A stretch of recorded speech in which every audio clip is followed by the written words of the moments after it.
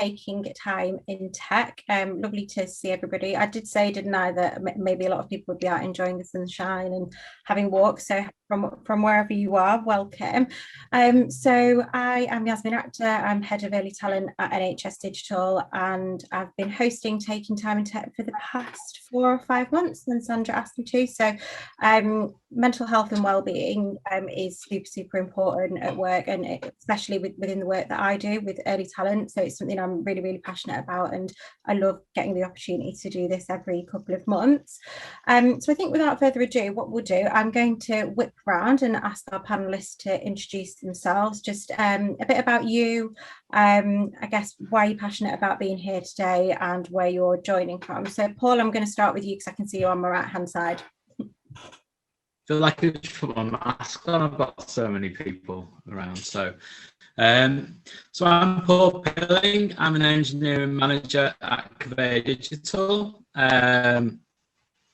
What I'm passionate about this, I think lockdown has brought in a lot of extra focus on mental health and well-being, and I think that's a brilliant thing. And I think to keep this running, because this started just before lockdown, if we remember, and then to make sure it keeps running, and organisations adopt a lot of these techniques and initiatives, I think is better for everyone going forward. 100%, thank you. Hannah, I'm going to come to you next, if that's okay. Yeah, sure. Hi, everybody. I'm Hannah Chadwick. I'm the founder of Fortitude Training Limited. Really, I'm passionate about workplace well-being and employee engagement because I know what it's like to work in places, and I've seen a lot of people in organisations where they just weren't happy and they didn't feel well supported. So I try and do what I can to help other businesses to create happier, healthier workplaces. So that's why I'm here today. Cool, thank you. Becky? Hi everyone, I just nearly spoke on mute, classic. I'm Becky, so I'm a digital strategist at Facebook, and I'm based in Dublin. I'm really passionate about mental health because I have bipolar myself, so it's something that's very much something I'm passionate about, and I think kind of showing that people with a mental illness, whether or not you've got a label on it, can perform really highly in the workplace. And I genuinely, from the bottom of my heart, believe that our kind of different ways of thinking about things and perceptions are our superpower, right? Because if we all thought the same way and had the same perspective on everything, we'd all deliver the same results. So I'm keen to drive that within my teams and within the organisation that I work out, and kind of further than that. So this is an amazing opportunity to talk about that more. So thank you. Thank you. And last but not least, Ian. Hi everyone, I'm Ian Holloway. I look after the architecture and design team at TalkTalk, and really keen to sort of promote that it's okay not to be okay. So this event really rang true with me. I think the more events we have talking about this, and particularly as I am a bloke, the whole man up thing is, pardon my French, bollocks. So I think we can try and challenge that, and I do use the profanity on purpose to cause a reaction, because I think we need to be open with each other and supportive to say, it's okay not to be okay. One of the things I'm really passionate about with teams, though, is helping teammates help themselves, because you can't have happy customers if you haven't got happier staff. So if you can help your teams be the best version of themselves, even when they're having a tough day, that it's okay to take time out, then ultimately your customers will benefit from that as well. So there's a lot of initiatives of looking at how you can get better customer engagement, but for me it starts with better team engagement, and getting your teams to feel supportive is really important to me. Perfect. Thank you to everybody for those introductions.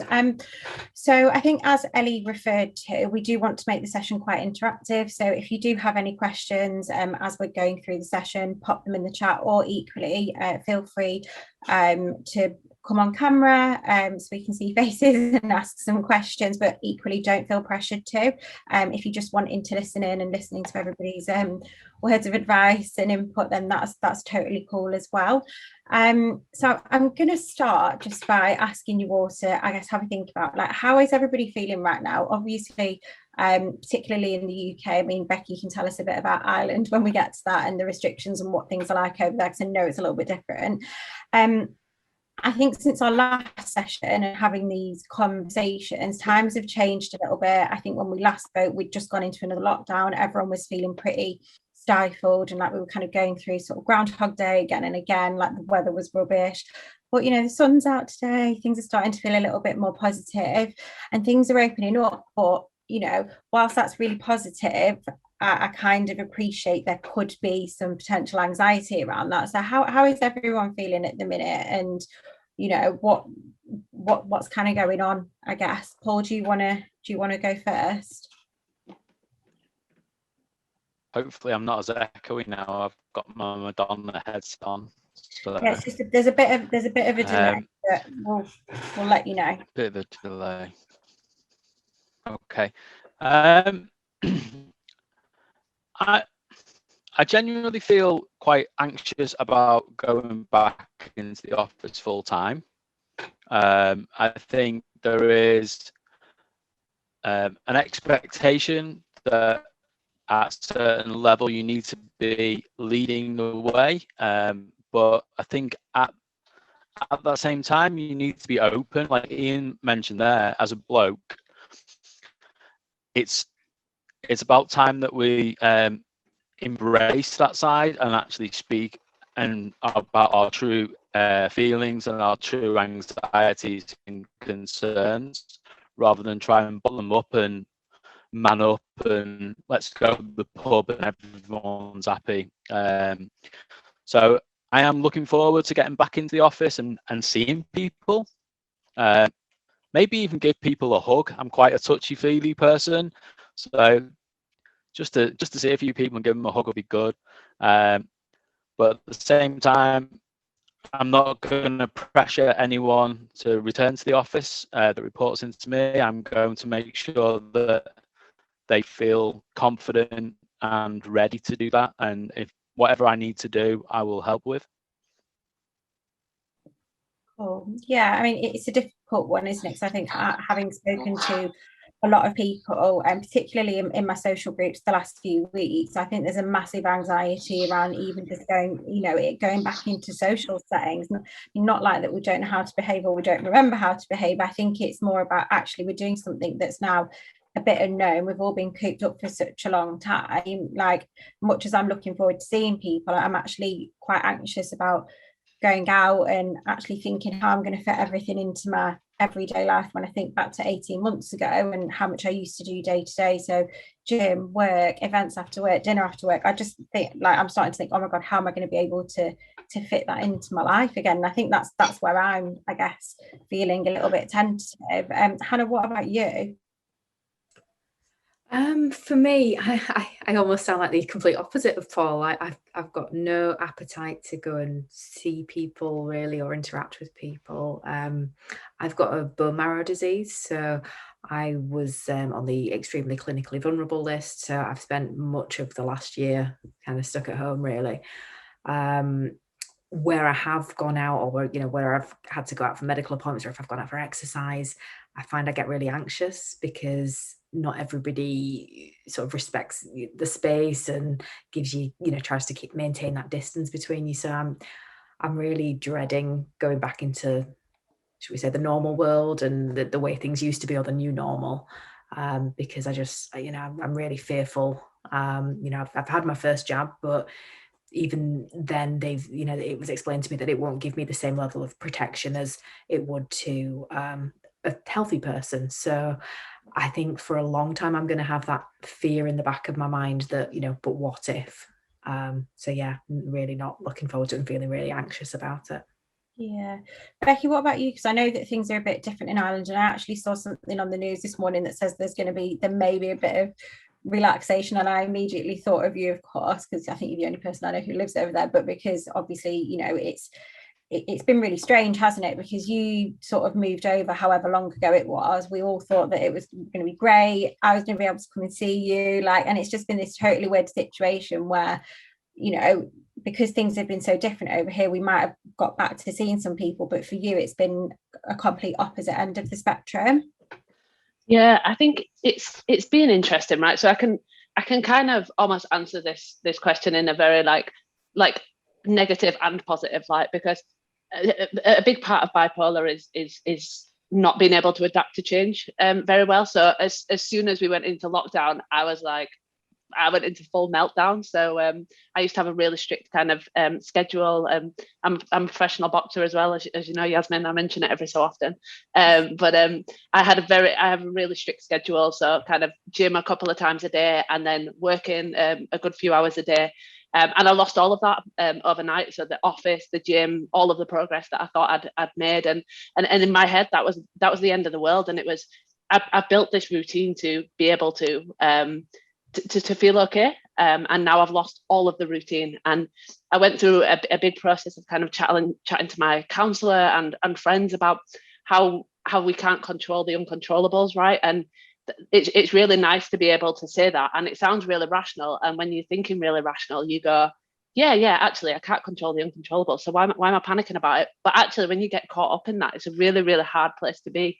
And I think there's a few things that are positive, though, that have come out of this. So there's a new normal, and companies like Facebook, for example, we won't ever have to go back into the office again if we don't want to. So we can work from home for forever if we like, which is amazing. And I think I've seen so many businesses change overnight as well. So really small garden centres, for example, that would have taken 3 years to build a website, kind of built a website in 3 weeks to exist. And I think there's been lots of huge benefits from this, and there's a new normal, and it's almost allowed me to not try and control everything in a very forced, kind of pressured environment. And I think I'm coming out of this thinking, actually, I don't need to train exactly 20 hours a week. I don't need to be at work at this time. I don't need to do X, Y, and Z. I can actually just relax a little bit and feel okay in the fact that I've been through that, and I know that it's going to be okay. And I think just another thing around kind of social media has been a positive and a negative in all of this, right, as well. And working at Facebook, we've definitely helped people stay in contact, but we've also been the place where people have been terrified as well, because they've been scrolling through the newsfeed and somebody that you went to school with says that the government's trying to inject like something into you. So I think we've been kind of the place where there's been scaremongering, but also the place where people have been able to communicate. So it's been really nice, and I've almost felt like I've had a purpose being at the forefront of that as well.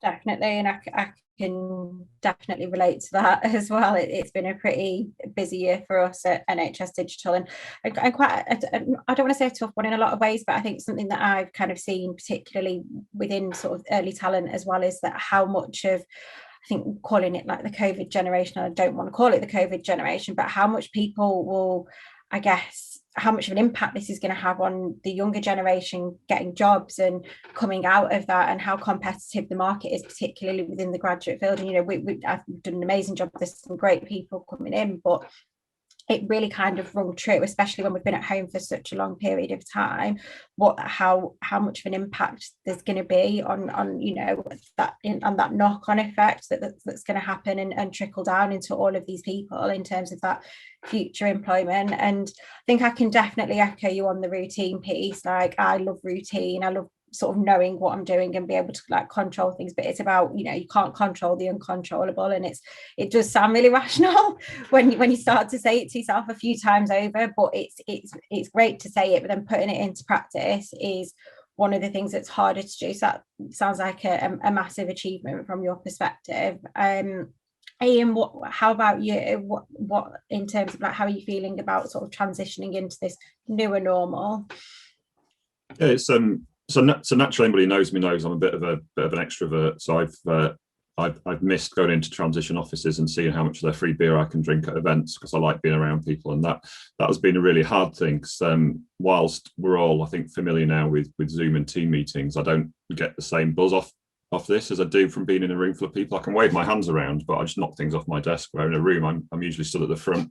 In a work environment, I'm usually stood around a whiteboard with a pen, figuring out how to do things, and that's my default. And that's been a hard thing, adjusting to being at home. My wife and I decided we'd get a puppy the week before lockdown, not knowing that would be locked in a house for a year with a puppy, which has been incredible, but also been slightly frustrating as well. That's helped us get out and about, and that has given me some of that energy that I crave from people from a dog. If you can relate to that, if you've got a dog, I know Ellie came over for a doggy walk on the other day, so we exchanged horror stories of having a puppy during lockdown. But I think what just talking with you and listening to you all, it's just, you know, everyone's going through their own stuff at the moment, and I think we're all trying our best to adjust. And I don't think anyone can predict what's going to happen. There isn't a book you can read which tells you how to deal with a global pandemic, you know. So we're all trying to figure it out. But I think just events like this and just reaching out and actually just talking to each other and saying, you know, how are you doing, having those check-ins. Something I found quite useful with some of my teams is, don't do it all the time because it gets a bit contrite, but just at the start of a meeting, just say to people, you know, on a scale of 1 to 5, with 5 being awesome, you're smashing it, 1 being crikey, this is a dark day, I need to go hide away, where are you at?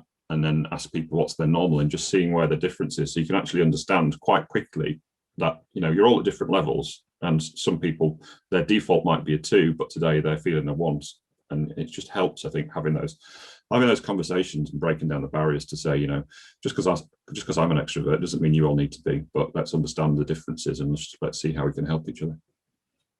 Yeah, I know. I think that's a really good point, and I think we've all, I guess, got that responsibility to sort of check in with our teams, make, you know, temperature check, make sure people are okay. And I think it's something that I think we've done with our, I guess, academy trainees, and making sure that people are feeling, I guess, looked after. And that I think something that's really come to the forefront, and whether it's a positive thing, I actually think it is people feeling more comfortable to talk about their mental health and how things are making them feel. And, you know, it's a more, I feel that we've grown, I guess, more accepting. When I say we, I was kind of referring to the general population, but it's something that, you know, is being discussed more. It's much more, you know, obviously this man up piece in inverted commas, I think, you know, we're getting better. It's not, obviously, you know, we're not fully there yet, but it's getting better. And I think that's what's important. And that's why events like this are, you know, so integral to sort of having these conversations and making people, I guess, feel included, and also that they're not alone, and that, like, you know, if you think you're the only one feeling like this, that's not necessarily the case. And I think that's what's nice about having these sessions. Has anybody, I guess, got any useful coping mechanisms that they've, I guess, learned throughout this whole process and will be taking with them as we transition into the new normal?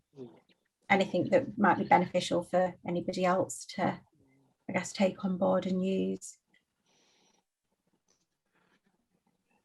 I think for me, one of the tools that I've found really useful is Insight Timer. I use the Insight Timer app. So, you know, there's obviously lots of different apps on the market around sort of meditation and well-being and things like that. Yeah. But a lot of the stuff on there is free. There is subscription-based stuff that you can pay for, but I think it's, you know, it's fantastic. You've got guided meditations, you've just got timers, you've got stuff to help with sleep, you've got yoga. It's really it's been quite useful, and also it tracks your usage, so it's helped in terms of building that meditation habit for me, making use of that app. Oh, yeah. Can you hear me? Can you? Yeah, we can hear you. Working now. That's good. So I've was recommended something by one of my colleagues called Ikigai. I might have pronounced that right. I hope I have. And it's the secret to a happy, long, purpose-filled life. And it's sort of like your own personal Venn diagram of your values, what you know, your passions, what you see as your gifts, where you feel you can make a difference. And I've started like this little journal, this little Ikigai journal. You can get it from all good bookshops and some online retailers. And it's full of little inspirational quotes as well, and little things that, you know, if you were running a restaurant, what would your best bits be? And just like takes your mind away from what your current day-to-day job is and put you in a different situation and let you focus on yourself. Because, you know, one thing about this is about protecting the asset, making sure that you're the best you can be, and you're understanding what your pressure points are, what your trigger points are, what you need to look out for in yourself, because very rarely do you recognize your own struggles. It tends to be your friends or your people that you live with, that recognize when you're not in the best way. And if you're not in a situation where you're around a lot of people, I think this is a really nice and useful tool. I'll do a little bit of more research on it, and when I've filled it in, I'll share a little bit more. But so far, I found it really, really helpful. Cool. Okay, Andy, I feel like you had your hand up and you wanted to come in. Yeah. I was gonna say, whilst I've been in this lockdown, I've sort of written a diary of just my thoughts and everything, and it just sort of helps gather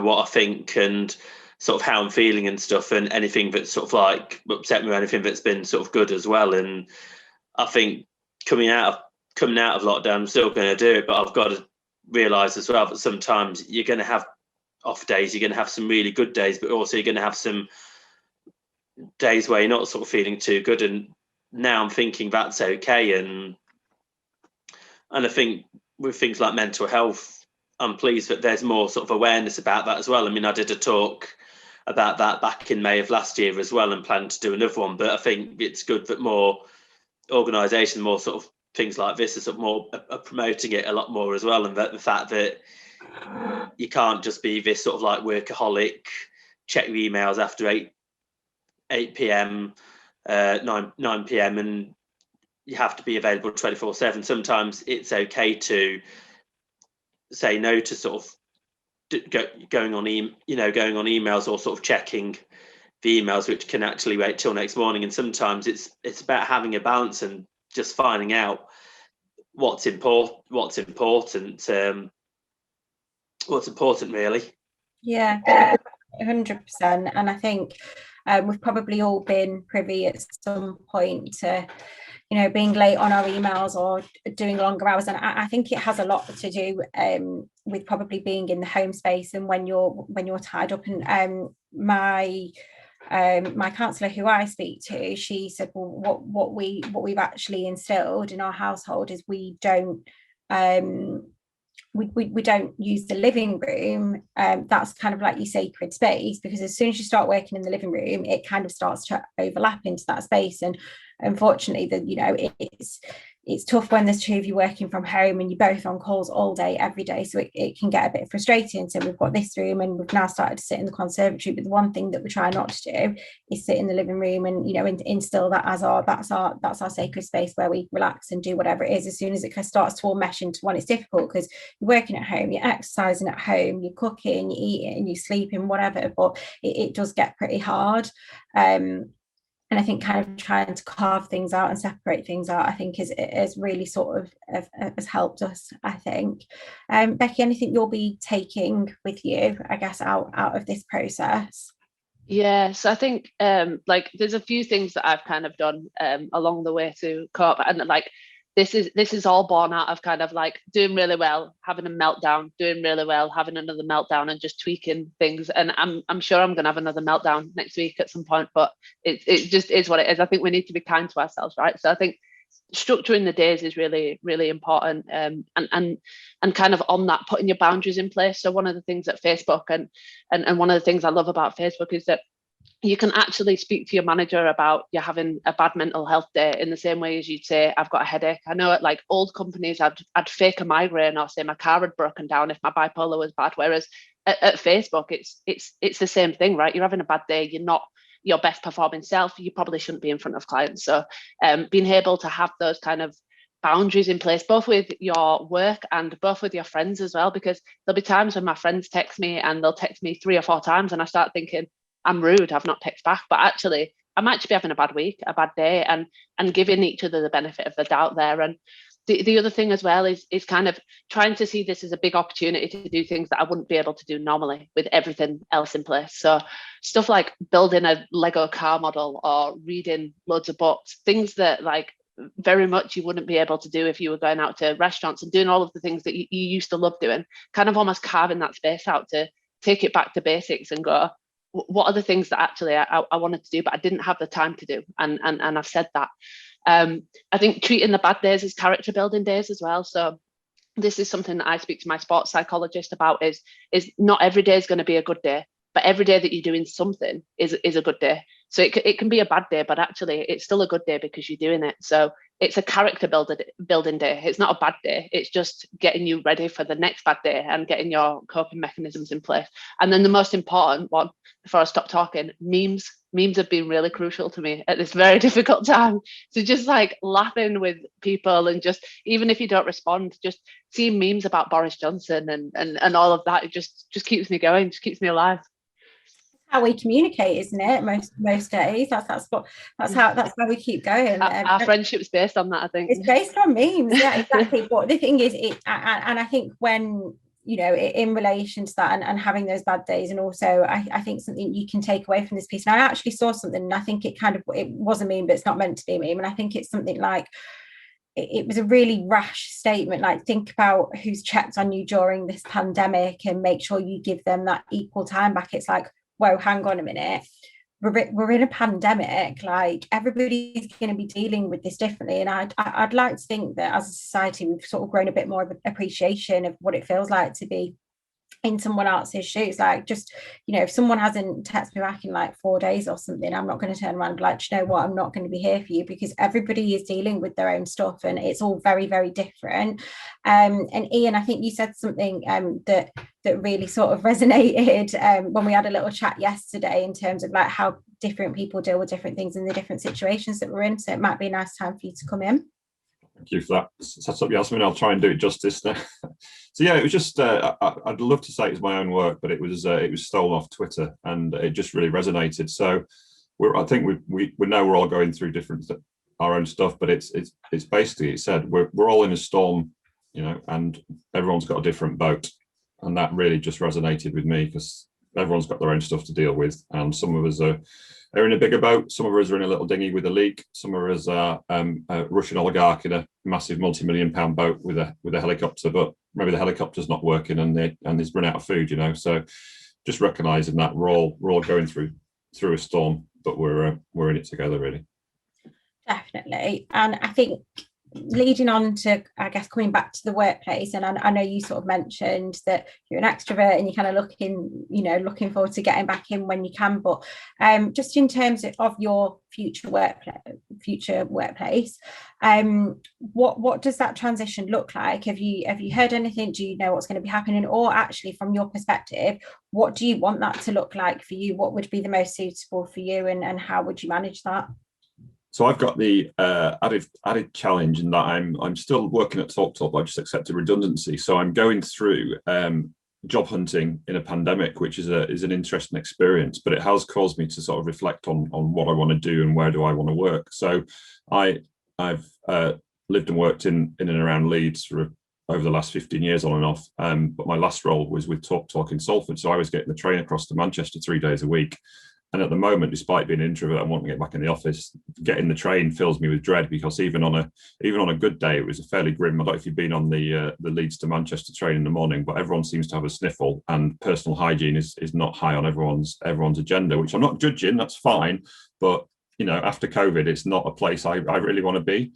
So I am going to be looking for work back in Leeds, and I'm trying to find a company which I think has the same values as me, which is thinking about, you know, we're not going to impose 5 days in the office. We're not going to impose everyone work from home. It's about treating us as grown-ups, saying we'll give you the space and the respect to get the job done, however you need to do that. And part of what I enjoy about my role is dealing with different stakeholders. And one of the first conversations I have with a stakeholder is to say, how do you like to be communicated with? You know, do you prefer email? Do you like face-to-face? I talk about being an extrovert and ask where people get their energy from, and try and understand each other and see what works. And that's something which I think is going to be really important going forward, just having that conversation. You know, say, does Teams work for you? Do you want your camera off? It's quite interesting, the amount of recruitment consultants I speak to recently. Most of them say, can I just phone you? Because I'm used to using the phone. That's the tool of choice. Ellie's nodding. I'm sure some of the transition crew might disagree, but picking the phone up is fairly normal. We're used to doing that, but just asking what the other person needs, and then hopefully you get an agreement in terms of what works and what doesn't work. I think there's a lot of value in just having a good old-fashioned phone call after we've all spent a year of, I'm not even joking. I think as soon as someone says, do you want to FaceTime or do you want to have a Zoom at the weekend? I'm like, no, I don't actually, because that's all we do all week. And I think it's, you have to set those boundaries. And I do think there's something in just having a nice, good old-fashioned phone call and having a chat with someone. That's how Ellie normally rings me, isn't it? We don't tend to do Zooms and stuff like that. And Yasmin, I think that links back to what you. Sorry, I think that links back to what you're saying though about having those boundaries between work and home. And I think you're absolutely right. As soon as you start, I think we've all done the Zoom quiz thing on a Saturday night with mates. Yeah. But I think it's a bit done now because it does feel like work. And so trying to have a dedicated space or a way you could split work and home, I think is really important. Another friend of mine, he told me this years ago, he used to work from home on a Monday and a Friday, lived in the Lake District, but he would get up in the morning and he would, in his own words, he would walk to work. And one of his neighbours saw him one morning say, no, you're not working today, John. He said, no, I'm just walking to work. And he says, where are you walking? He says, well, I'm walking home. And his neighbour was like, what, you're walking to work, but you're working at home? He says, yeah, that's what I do. At the start of the morning at 8:30, I'll go for a 20-minute walk. So when I walk in, I walk straight into my office and I start work. And at the end of the day, 5-6 o'clock, I'll do the reverse. And he says, and it's just psychological how I split the work and the home life. And the rest of the time, he says, I hardly ever use the office because it is my working space. And that's just really stuck with me. Having those clear boundaries as a way of switching off, I think is really useful. That's something I've been doing with the dog in the morning and after work is I take the dog for a walk because I know then that's the end of day commute or start of day commute. Yeah, heard a lot of people actually doing that and it works really well for them. I think it depends on what time you have meetings, but it's certainly a good way to make sure you get that break and you're taking that time away. And I think in terms of future workplace, I think a lot of stuff is still quite uncertain. I mean, I think, it's going to be one of those things. I think it's probably going to be gradual for quite a lot of places, but I'm kind of quite interested to hear, and Hannah, I don't know if this might be one for you, but if you were going to give anybody any tips in terms of like discussing, concerns about that transition with management, what kind of stuff would you, I guess, pinpoint people to if they're feeling a little bit concerned about that period? I think just it kind of reflects a lot of what Ian said. Have those conversations, communicate with people to understand how they're feeling rather than just assuming that across the board, okay, we're all going to work back in the office or we're all going to stay at home or, we're all different. Some people might want to have a split and work in the office 1 or 2 days a week. Others are going to be chomping at the bit to get back in the office full time. And others might just not want to ever come back to the office, again, like Rebecca said, and that has to be accommodated because at the end of the day, as an employer, you have a duty of care to your employees and you need to make sure that you are safeguarding them by putting appropriate measures in place and making sure that you're exercising that duty of care properly, which is going to require you doing things like having those conversations, temperature checking, making sure that you're in touch with how they feel rather than just dictating this is what we're doing and you've just got to go with it, because I think people will vote with their feet and they'll just end up leaving their positions and finding employers that are going to be more empathetic and understanding of what their needs are. Yeah, and I think there's proof in the pudding, isn't there? Especially over the last kind of year or so, we know that a lot of work, albeit probably generalising a little bit, but a lot of stuff can actually be done from home. Like people have delivered some amazing stuff during this time. So it's evident that can be done. I do think there has to be an element of what feels right for you as an employee and an individual. Everybody's circumstances are going to be so different. So what works for me, it isn't going to work for the next person, or there might be health conditions, there might be family stuff. There's everything that I think that this situation has caused us to consider and actually take a step back and say, well, actually, what works for me? And I think there'll be a lot of work probably going on at a lot of employers behind the scenes as to how that gradual transition is going to work. And I do think people will be feeling a little bit anxious about it, but equally some people might be very excited about it as well. And I think that has to be considered as well. So Paul, I'm just going to come to you because what I want to hear from each of you, so it might kind of get you thinking. I guess any tips that you have got to make your team feel comfortable in coming forward about any concerns, not just about returning to work, but just any of the stuff that we've discussed today, whether it's mental health, whether it's returning to work, or anything that they want to raise. How do you how do you make people feel comfortable, or what kind of tools and techniques do you use? Try and use a Zoom thing that will work. So hopefully you can hear me now.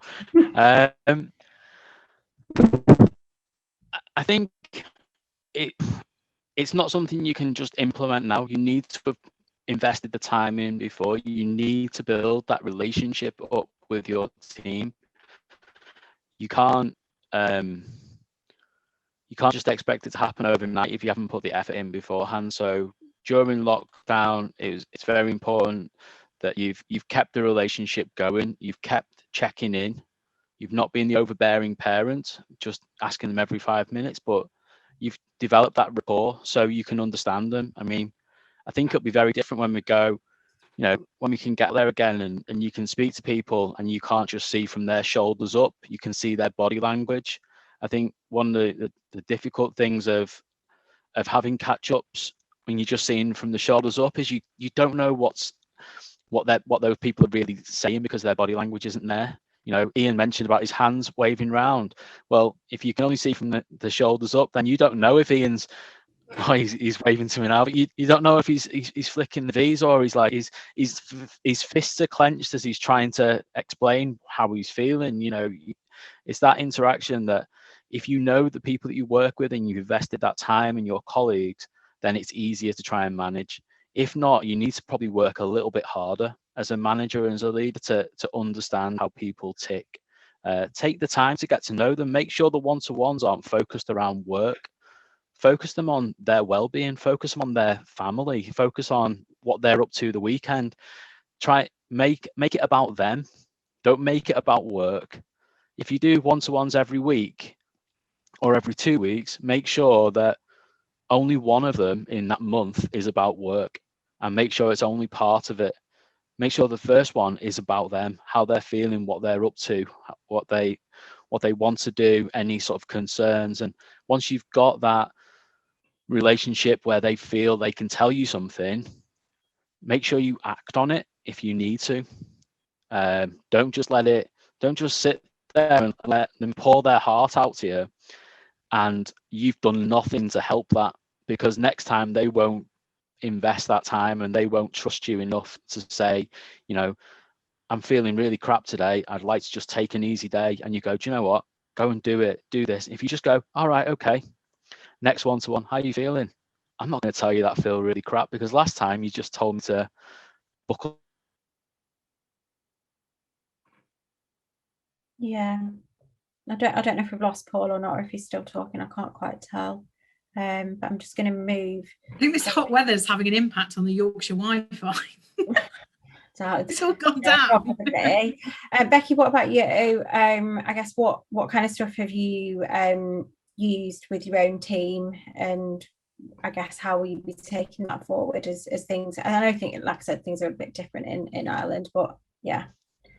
Yeah, I do think there's something in kind of connecting with people on a personal level that's not just about work. And I've always done this because people work with people, right? And the best way to get the most out of your team is to know what motivates them. And it might be different things to one person to another person. So I think getting to know your team on a very personal level and almost having a one-to-one management style is something that I've always done.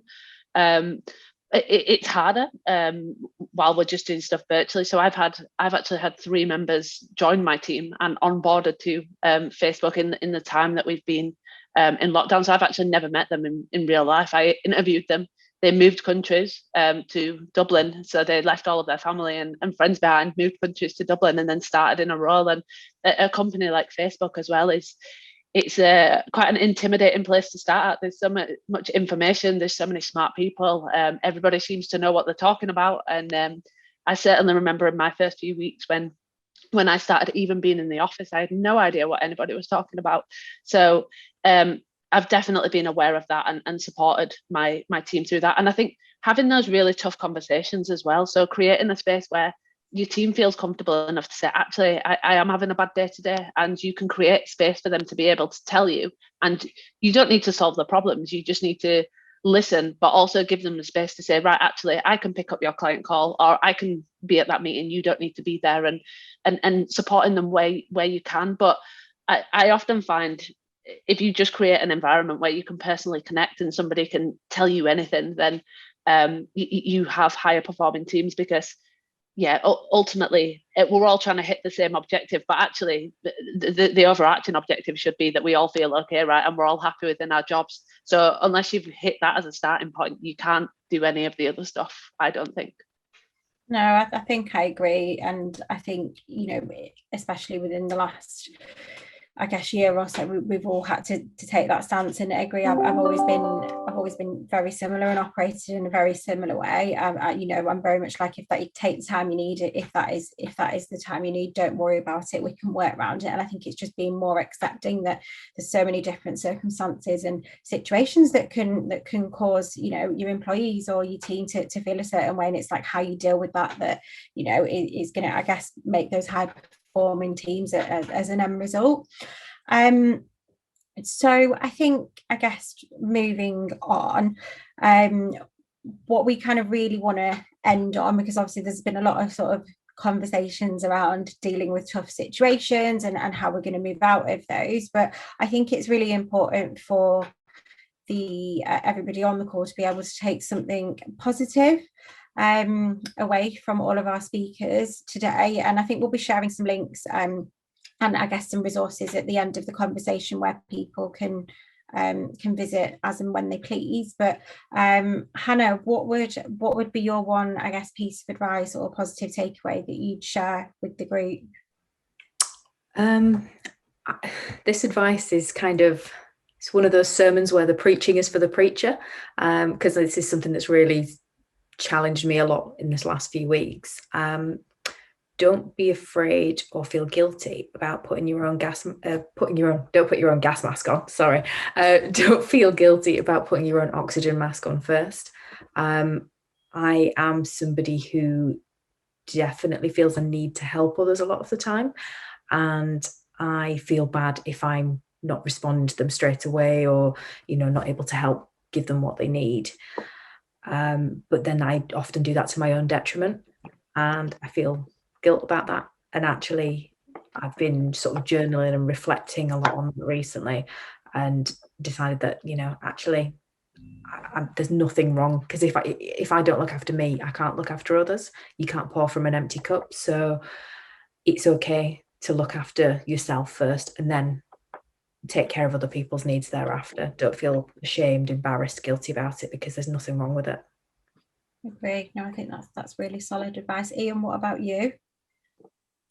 So one of the things that I've tried for years and years to do it, but usually been unsuccessful, but COVID has actually helped, partly because the organisation I work for has enforced it, but actually have a lunch break. So I'm sure many of us are guilty. I know today we're all having our lunch virtually anyway, but actually switching the computer off and getting away from the desk. So Talk had an hour lunch break where project managers are supposed to avoid booking meetings. Some of them do still try and sneak them in, as they always do, but my team are fully empowered to decline those meetings, and that's something I've really embraced. So whether it's going out for a run or doing a bit of yoga, and shameless plug, Emma is on the call, who I've worked with in the past when we used to do yoga in the office in EE Leeds. So we'll be sending Emma's details out if anyone wants online yoga. I can very much recommend Emma. She was fantastic. We're in the Leeds office.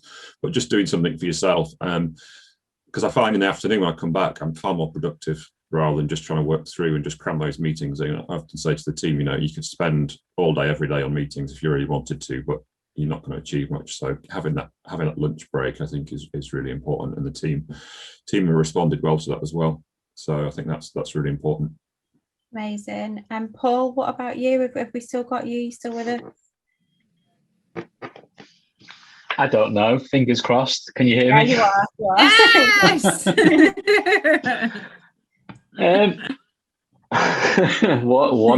So I've just taken time to boot my laptop out into the garden in a fit of rage.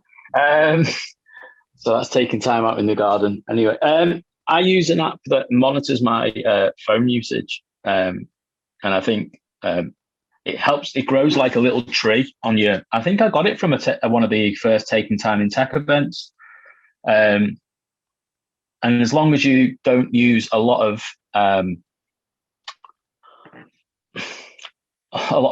sorry for this, Becca, as long as you don't use a lot of Facebook and social media and stuff like this, you then grow a tree on your phone, and it's just like a little thing that it helps me like focus on not using my phone as much and actually concentrating on real life that's out there, and taking time away from that digital experience.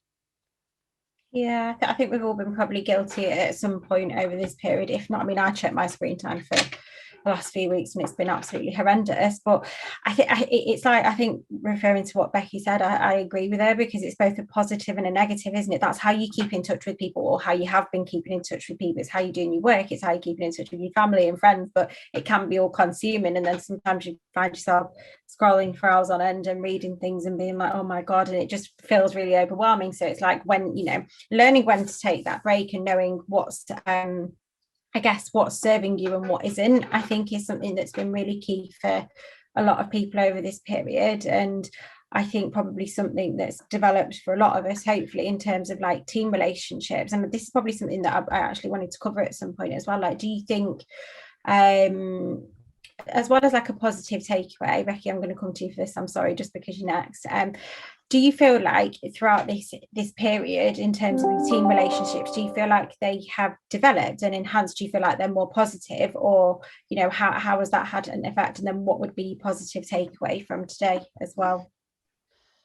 Okay, all right. So 2 things there. So yeah, I think the team's got stronger. I think, being completely honest, I think at the start it was very forced. It was, let's have a coffee catch up every couple of mornings. Let's have a team meeting. Let's have forced fun on Zoom outside of your job. Whereas in the office, that stuff happens really naturally, right? So you see somebody on the way to the elevator, or you see somebody in the lunch queue, and sorry, I'm just showing off about Facebook's free food there, but you see somebody in the lunch queue and you chat about what they're up to the day, but it feels more formal. So if you want to have a quick chat with somebody, it's 15 minutes in the calendar or 5 minutes in the calendar, and it becomes a formalized meeting and something you have to do, rather than something that you optionally want to do and you just have a natural conversation. So I think it felt really forced at the start, and I think people kind of retracted from that a little bit because people were struggling. But I think we've found a good way of working now, whereby we do talk about personal stuff, rather than just having meetings presenting revenue reports all the time. It's what was the best holiday you went on, and why was it important to you, and how did it change your life? And it's very much getting to what drives people's passions, as opposed to just talking about work. So again, it's back to those personal connections and trying to build a personal connection with people, as opposed to a work connection, because we know the people that work at our organization are good, or the majority of them are, because they've been through the interview process. We know they can do the role. We don't need to prove that constantly on an ongoing basis. What we need to do is connect on a personal basis and deliver the best possible experience so that people are happy and deliver good work and show up happy. So I think moving away from that to the personal stuff is always something that underlines everything I try and do within my teams. And I think my key positive takeaway is keep talking as honestly as possible to people, and as honestly as you feel comfortable, to everybody, to your friends. Tell them you're having a bad week. To your manager.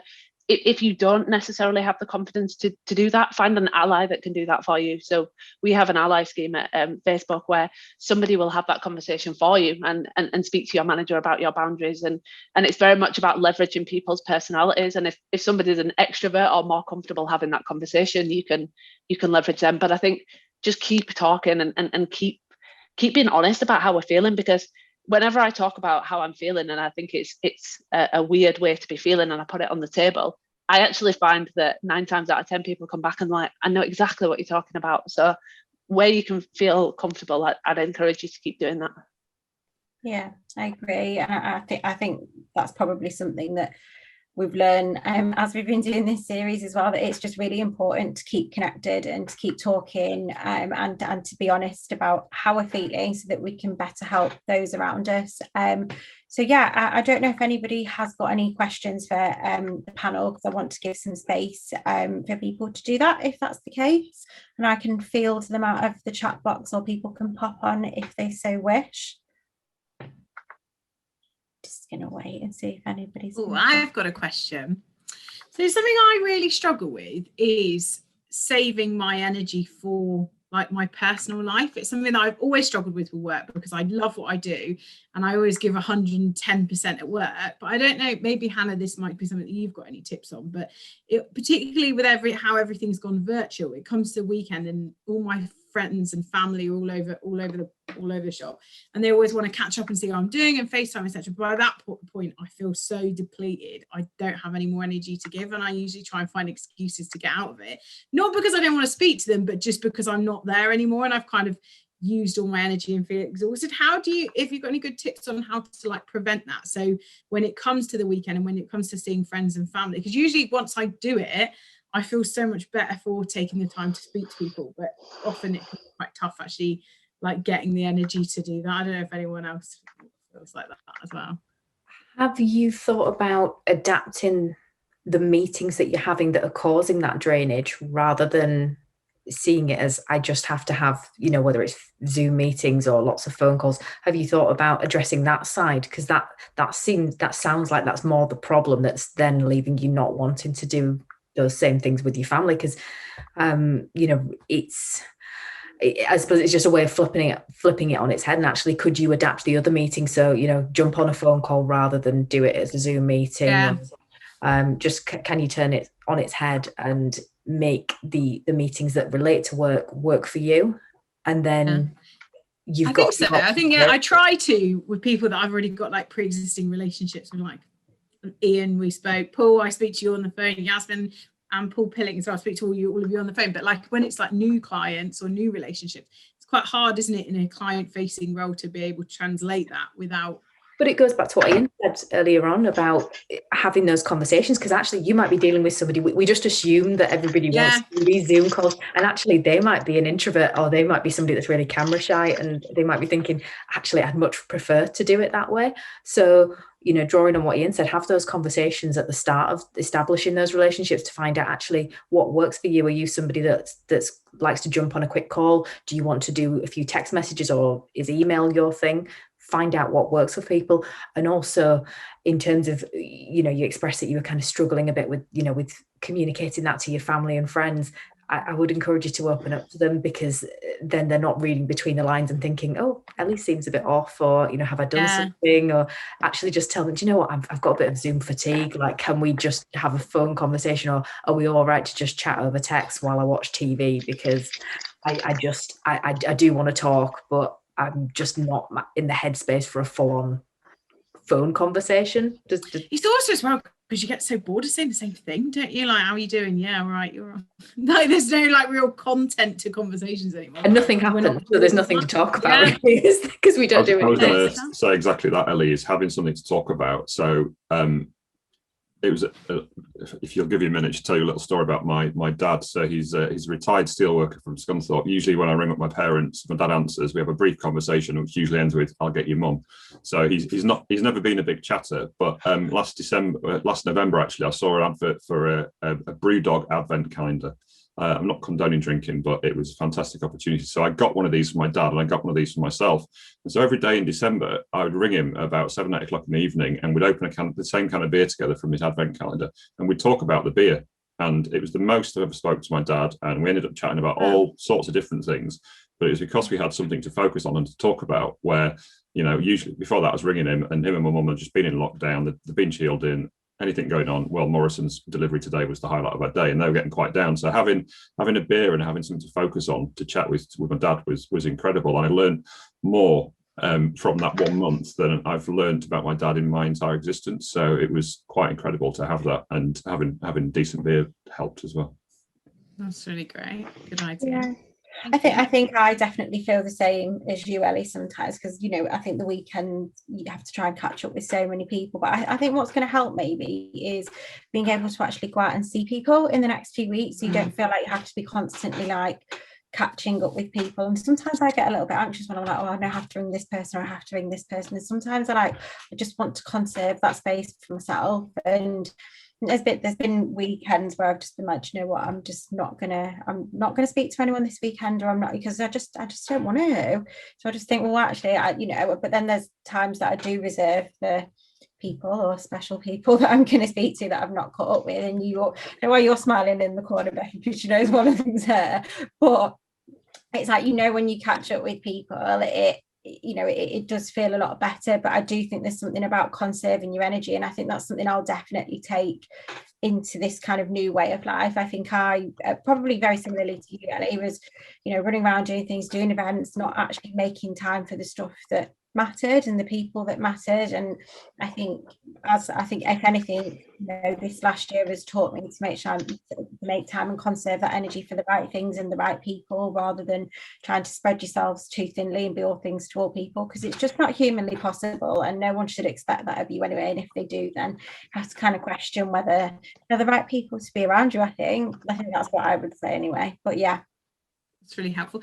Before if anyone's got any more questions, if anyone else needs to rush off, I know we'll be looking at booking on our next session after today, but one thing that we're keen to get Emma involved in as well, so I don't know if anyone could put in their ideas if they'd be interested, and we can note that you'd be interested in the future, is we're for our next session, as part of the Taking Time in Tech series, we're on about doing like a live yoga session with Emma, which will be really good, and like everyone can just get involved and come in, and it will just be a session that we'll be hosting at Transition Partners, but we could do it should be really great. So good. Yeah, I think that's such a nice idea. Cool. Okay, well, I think we've run over a little bit, but thank you to all of our wonderful panelists, and for all of you for taking the time to come and see us today, and also for taking the time for yourselves. Please remember to keep instilling that in your day-to-day lives. And thank you to Transition Partners for hosting and for having us all, and have a lovely rest of the week, and go and enjoy the sunshine if you're not already.